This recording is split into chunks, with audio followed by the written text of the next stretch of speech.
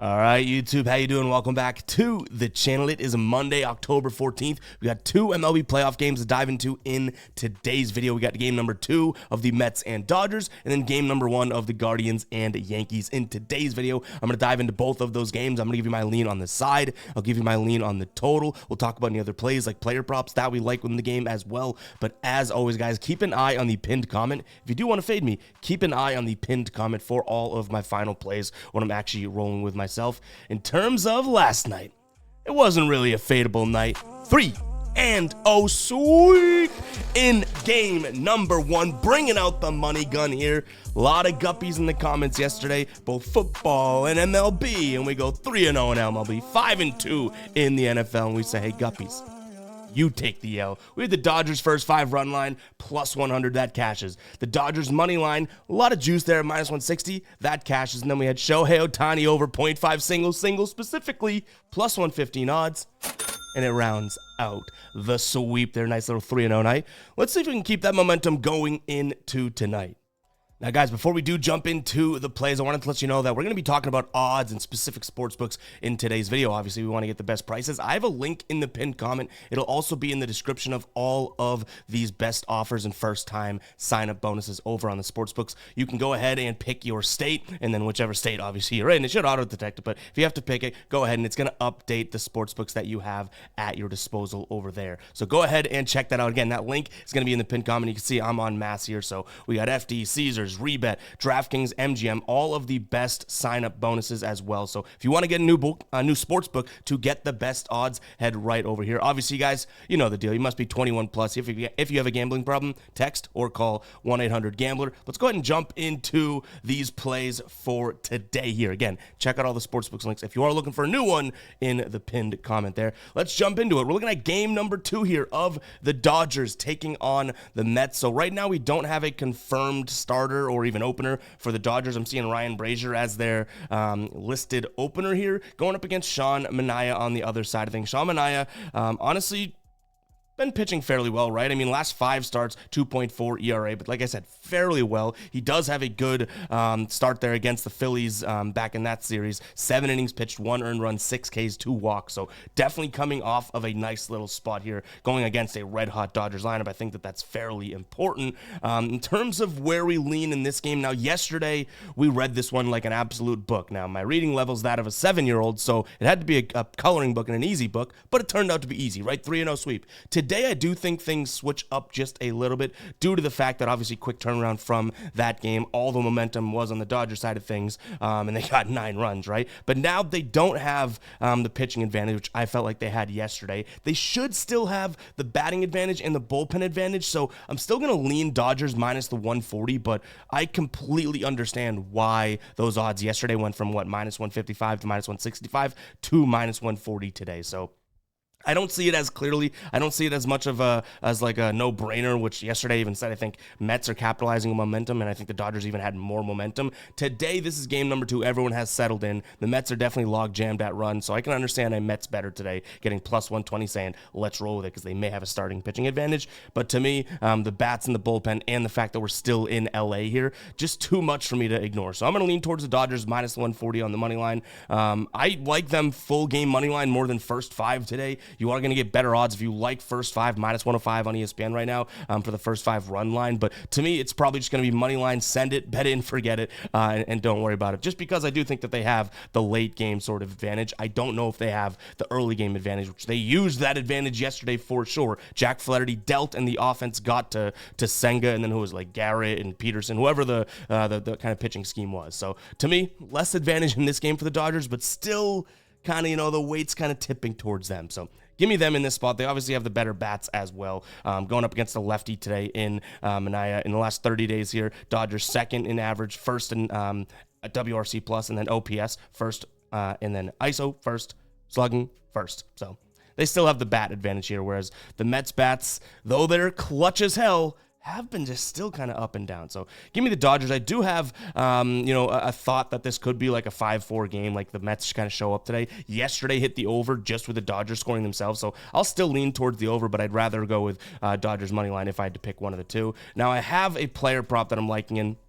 We'll dive right into it here. I'm going to look at Francisco Alvarez. I think I'm liking his over 0.5 hits, runs, and RBIs. I almost wanted to roll with his bases because you're getting way better odds, right, just to get a hit. But the idea of him being able to get on and come and score a run, I like. And he did that within the last couple games right here against Philly. He had no hits, no RBIs, but he got on base, I believe, via walk or an error, and then scored, right? So this is a good spot for this one. He's hit in 8 of his last 10 on the season, 68% of games. You look at his away games, 71. Away against, well, I guess going up against Ryan Brazier here to start the game, right-handed. So it's like everything just looks greened out, right? So to me, this is a good spot. We're paying a lot of juice. If that's too much juice, which, if we're not getting it from minus 160, I'm not touching minus 170 or anything more.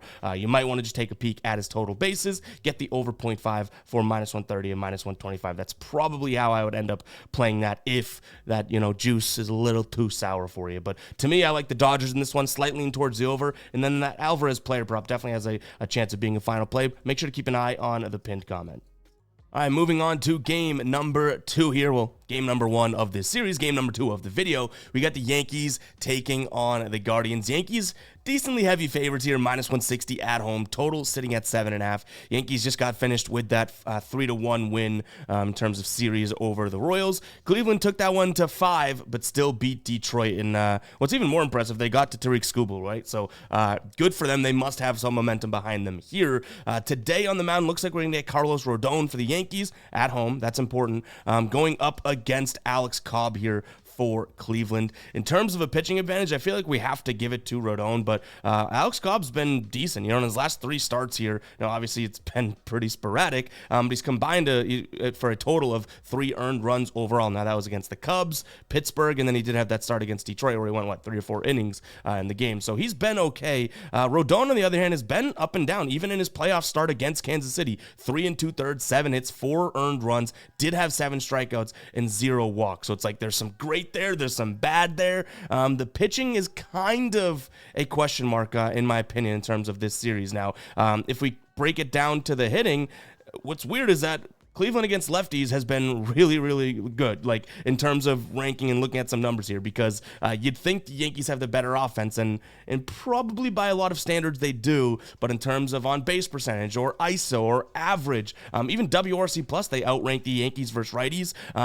Cleveland versus lefties outrank the Yankees versus righties, which that's the split we have today. So there's definitely a path to get to Cleveland, but to me it seemed like, and this is probably going to not sit well with Guardians fans, but to me it seemed like their World Series may have been that Game 5 win over the Tigers. Now, obviously they're going to celebrate and get excited because they're moving on and whatnot, but they had to put everything out there, beat the best pitcher in baseball, in my opinion, maybe second best if you like Chris Sale right now, and they go out there and hit the grand slam and win the game, and it's like, this is such a low spot for them, whereas the Yankees have kind of just done what I guess I would consider they're supposed to do so far in the playoffs. So yes, another chalk pick coming your way. We're leaning towards the favorite at home in game number 1. A lot of the reasoning that I used yesterday, and we had a great day with the Dodgers versus the Mets, was momentum and all that. I don't think the Yankees have like that on their side. You know what I mean? Like, if anything, Cleveland does have the momentum, but I think they may have peaked in that game, and now they're going to have to battle. And I don't think this is going to be, I'm not saying this is going to be a super easy game, but I think the game after a win like that, just tough to kind of get as high for and get up for. So I'm going to lean towards the Yankees here. I think they have the starting pitching advantage in terms of how Rodon's done against the current guys on this roster. 71 plate appearances against, decent sample size, right? 210 average against. Now, an expected batting average against, 251, but a WOBA of 279, expected WOBA of 317. So his X numbers kind of go up a little bit, but still not enough for me to be alarmed. You flip it over to Alex Cobb, 83 plate appearances against the current guys on this Yankees roster. 10.8% walk rate, so that ain't all that great. Maybe we look at walks for him. Average against of 288, WOBA against of 405, expected slugging of 526. I don't want a guy with an expected slugging of 526 pitching a playoff game against a Yankees team at home that's been waiting for this. So give me the Yankees on the money line. In terms of the total, kind of want to look at the Yankees team total over. Right now, over 3.5, though, is minus 145 on DraftKings.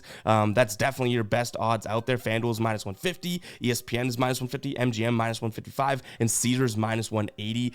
Now, the Yankees have, not cashed this in 2 or 3 straight games, but new series, again, I think that they kind of get to Cobb, so I'm going to lean towards their team total over. I don't know if I like the full game over. I guess I would, just because I can give credit to the Guardians offense. Like I said, I think the Yankees are the better offense, but some of these by the book numbers, the Guardians actually have better rankings there. So I'll lean towards the over. Now, when we toss it into the player prop category here, I'm liking Juan Soto here over 1.5 hits, runs, and RBIs. Might even consider his over 1.5 bases for plus 140 odds. It's an alt line over there, see on DraftKings, which, by the way, look at that price difference, plus 145, plus 120. If you don't have a DraftKings account, that link is in the pinned comment. Remember that. But it's over 1.5 hits, runs, and RBIs. I like this spot. Kind of reason being is, well, a couple nights ago, right, in game number 3 there, he had 1 run, 1 RBI, no hits, and we cashed, so the bases wouldn't have got the job done there, right? But over here, you look at against Alex Cobb, 12 plate appearances against. He's batting .636 against him, an on-base percentage .667, 7 hits, 2 of them home runs, 4 RBIs, and his strikeout rate is down at 16%, which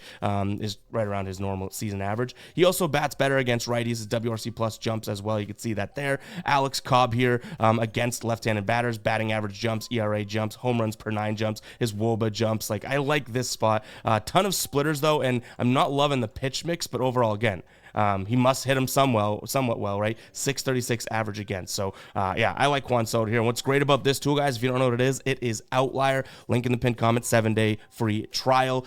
You can just click right here. BetMGM has the best odds here, minus 110, right? You can click this, continue in browser. It's literally going to open it up and put it in your bet slip, so you don't have to go digging for it. So if I was logged in, I could place this bet like that. So, yeah, really, really cool tool, guys. That is Outlier. Link in the pinned comment. But that's going to wrap it up for our plays for today. Hope you guys do enjoy. If you did, hit that like button, hit that subscribe button as well. These playoff games have been really, really entertaining, and I don't think either of these are going to fall into different categories. I still maintain the unfortunate idea of all of this sort of amazing excitement and underdog teams winning. I feel like it's still just going to lead to a Yankees-Dodgers playoff, which is what everyone was hoping wasn't the case, just because you want to see the small market or kind of underdog teams win. But I still think we've had a lot of fun this playoff run here. So we'll catch you guys in the next one, all right? Peace out.